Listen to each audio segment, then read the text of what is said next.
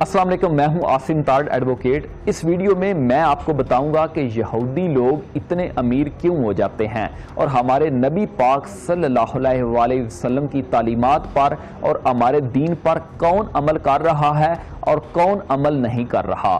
किसी मुसलमान ने एक यहूदी से पूछा, दुनिया के सारे बड़े कारोबार के मालिक यहूदी हैं, हालांकि तुम्हारी तादाद जो है वो सबसे कम है, फिर भी तुम लोग सबसे आगे हो, यानी तुम्हारी तादाद पूरी दुनिया में 9.2 मिलियन है और मुसलमान 1 अरब 40 करोड़ हैं। तो आप इतने ज्यादा ताकतवर कैसे हो गए और कैसे सब पर हुक्मरानी कर रहे हो? तुम्हारी इस ताकत का जो राज है वो क्या है?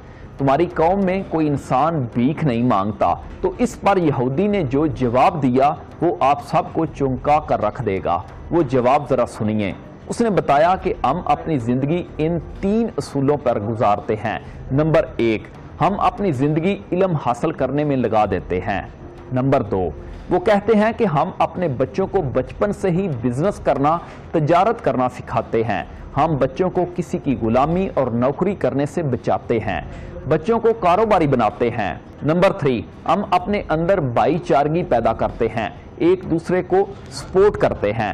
और यहूदी दुनिया में किसी जगह पर भी रहते हैं तो एक दूसरे के साथ कनेक्ट में रहते हैं, एक दूसरे की सपोर्ट करते हैं और चाहे हम कितने ही बड़े क्यों ना हो जाएं, हम अपने मजहब के लिए सिर्फ काम करते हैं। और हमने ये सारी चीज़ें, आपको पता है किससे सीखी? ये यहूदी ने उस मुसलमान से कहा। यहूदी ने बताया कि हमने ये सारी चीज़ें आपके नबी करीम सल्लल्लाहु अलैहि वसल्लम से सीखी हैं। दोस्तों, ये बातें आपके साथ शेयर करने का बुनियादी मकसद ये है कि दूसरे लोग हमारे नबी करीम सल्लल्लाहु अलैहि वसल्लम को फॉलो करके कामयाबी हासिल कर रहे हैं और हम मुसलमान हैं जो कि दुनिया वालों को फॉलो करने लगे हैं। तो कामयाबी चाहते हो तो अपने नबी पाक सल्लल्लाहु अलैहि वसल्लम को फॉलो करो, दुनिया में भी कामयाब रहोगे और आखिरत में भी कामयाब रहोगे। तो कहने का मकसद ये है कि हमारे नबी पाक सल्लल्लाहु अलैहि वसल्लम ने फरमाया था कि तफरकों में ना पड़ो और रस्सी को मजबूती से पकड़ो। आज हम तकसीम हो चुके हैं, हम सुन्नी हैं, कोई कहता है हम शिया हैं, कोई कहता है हम बरेलवी हैं, कोई कहता है हम देवबंदी हैं। इस तकसीम ने हमें तोड़ के रख दिया है, हमें कौम नहीं बनने दिया, हमें उम्मत नहीं बनने दिया।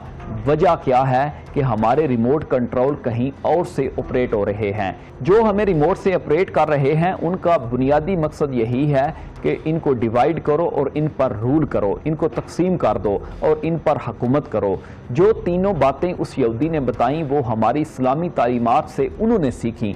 ये भाईचारगी को अपनाते हैं, हमारे अंदर भाईचारगी बिल्कुल भी नहीं है, हम बिल्कुल भी एक दूसरे को देख ही नहीं सकते। उनके दूसरे कानून की बात करें तो वो ये है कि वो अपने बच्चों को बिजनेस करना सिखाते हैं। हम लोग क्या करते हैं, अपने बच्चों को नौकर बनना सिखाते हैं और बचपन से बच्चों को कहना शुरू कर देते हैं कि बड़ा होकर फलां महकमा में नौकरी करेगा या फैक्ट्री का मैनेजर बनेगा। और तीसरी बात, ये सारी जिंदगी इल्म सीखते रहते हैं। हमने कुरान को तर्जमे और तफसीर के साथ कब पढ़ा है? यकीनन बहुत कम लोग हैं जिन्होंने तर्जमा और तफसीर पढ़ी होगी, हम नहीं पढ़ रहे, लेकिन दूसरे लोग हमारे दीन से सब कुछ सीख रहे हैं। हम सिर्फ सवाब की नीयत से पढ़ते हैं। ये सारी बात बताने का मकसद ये है, हमें अपनी इस्लामी तालीमात पर गौर करना चाहिए। दुनिया की सबसे अजीम कौम हम बन जाएंगे, इन सब के ऊपर हुकूमत हम करेंगे, जो सिर्फ थोड़े से होकर हम सब पर, सारे मुसलमानों पर हुकूमत कर रहे हैं।